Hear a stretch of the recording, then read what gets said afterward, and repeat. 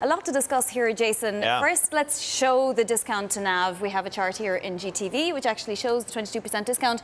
One of the problems is that Ackman always promised it would never trade at a discount, right? That's right. And as you see from that chart, it's really widened pretty dramatically. Now, it's not unusual for there to be a little bit of a gap, maybe a few percentage points, sort of single-digit percentage points. But 22% really shows how wide that has gotten. And so he is moving some money, some of his own money, in to try and bolster that, as you said. He's always been involved in real estate, and in a big way, and in a very, profitable way. That's right. Is it for sure that he is moving money from there into this vehicle in order to shore it up?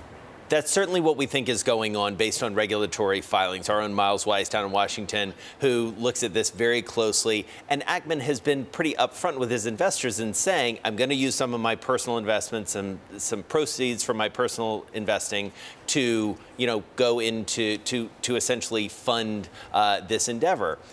It's an interesting move, of course, and there's a lot to unpack here.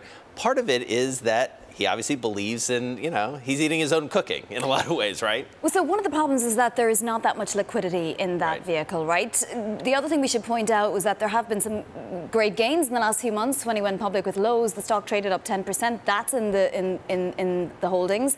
But one thing I want to point out is that Fitch did revise the ratings to negative from stable a couple of Fridays ago, and one of the problems was all of these share buybacks. Can he continue to do this? Well, we'll see how the market reacts. I mean, he's tried to do this, or Pershing Square as a firm has tried to do this, and it didn't work before. They did it with a Dutch auction. They did not get the response that they wanted.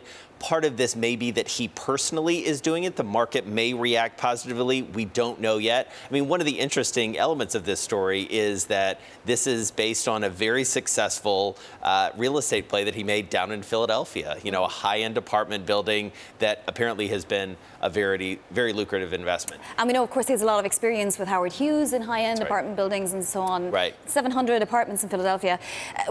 I did also want to ask about the idea that he might be protecting the fund here, that he might have to do this.